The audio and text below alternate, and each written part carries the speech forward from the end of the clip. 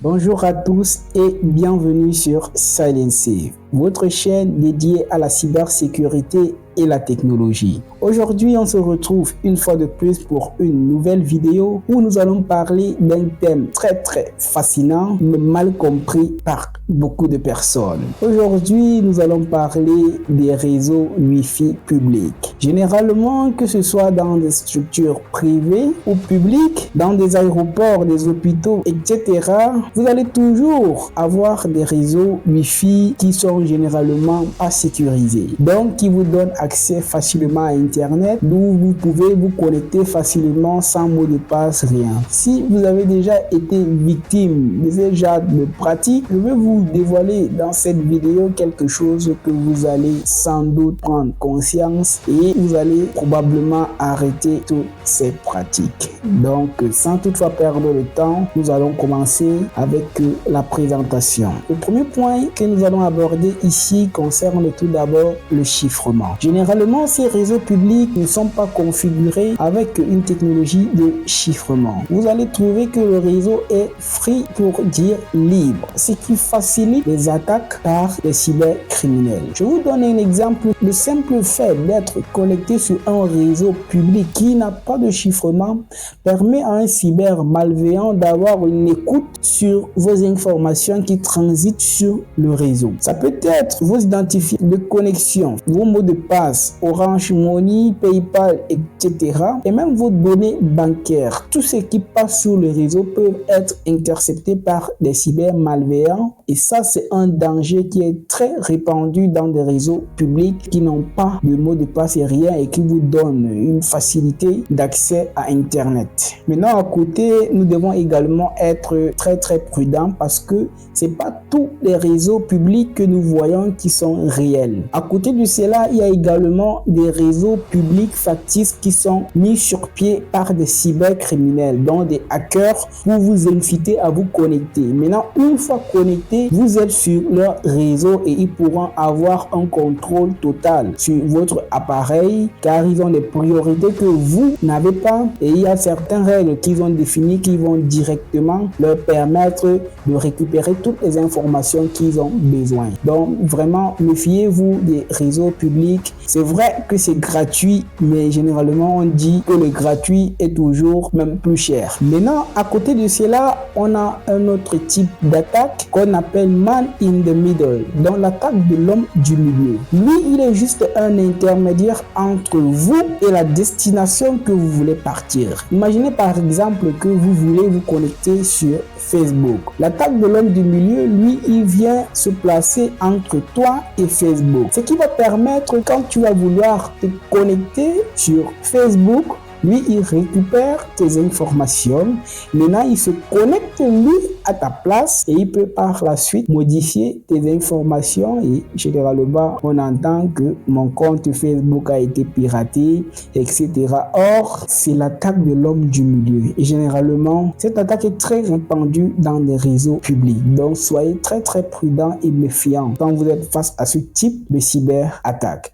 Un autre exemple que nous pouvons encore avoir de l'attaque de l'homme du milieu concerne la falsification des informations. Imaginez par exemple qu'un être X veut envoyer un message à un autre être Y. Maintenant, l'attaque de l'homme du milieu va se placer entre X et Y pour falsifier le message que X veut transférer à Y. Imaginons si X veut envoyer à Y que nous allons nous voir ce soir à Dreams par exemple. Maintenant, l'attaque de l'homme du milieu, lui, il va se placer pour récupérer le message. Nous allons nous voir ce soir à Dreams. Il va modifier le message et il va dire nous allons nous voir plutôt demain à... je ne sais pas trop. Et vous comprenez directement que l'information a été falsifiée et du coup, elle perd sa valeur. Donc, soyez une fois de plus vigilants quand vous êtes face à ce genre de cyberattaque. L'autre type de menace que nous pouvons retrouver dans les réseaux Wi-Fi non sécurisés concerne la diffusion des applications malveillantes. Je vous explique clairement. Quand vous êtes dans un réseau Wi-Fi qui n'est pas sécurisé et que la diffusion de fichiers est activé, c'est très facile et même pratique pour les cyberattaquants de pouvoir diffuser des applications ou des programmes malveillants dans des réseaux. Par exemple, un cas concret de programme qu'un cyberattaquant peut diffuser un petit programme avec un bout de code qui permet la validation automatique d'un retrait, par exemple, sur votre compte bancaire. Ou bien un autre exemple encore que nous pouvons avoir, c'est les keyloggers. Les keyloggers, ce sont des logiciels espions qui récupèrent vos frappes de clavier. Imaginez par exemple, il envoie un programme malveillant de keylogger pour récupérer des informations que vous allez taper à partir de votre clavier.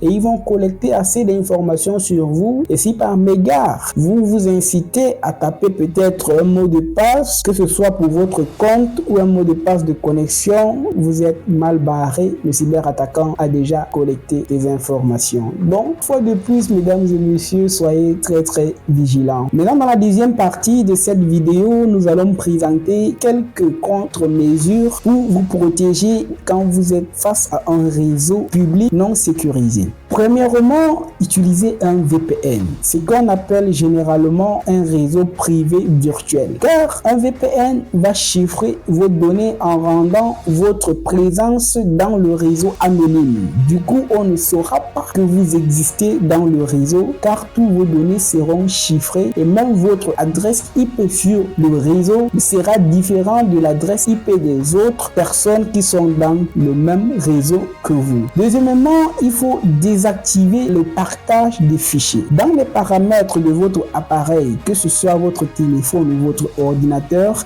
accédez dans les paramètres de partage de fichiers et désactivez celui-ci. Maintenant, troisièmement, si on a des accès pour se connecter au réseau, rapprochons-nous du personnel de l'entreprise pour lui demander le nom exact du réseau que vous voulez vous connecter. Cet effet, vous n'allez pas vous connecter sur un mauvais réseau.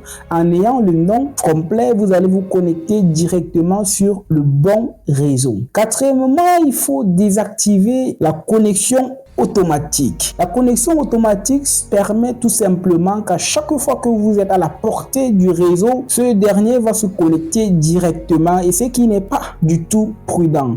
Donc quand vous allez finir de faire tout ce que vous voulez sur le réseau, déconnectez-vous et désactivez la connexion automatique. Là, ça va vous éviter de vous connecter prochainement automatiquement et d'ouvrir facilement la porte aux cybercriminels. Et enfin, quand vous êtes dans un réseau public, évitez toute transaction sensible. Si vous êtes dans un réseau public qui ne vous appartient pas, évitez de faire toute transaction sensible.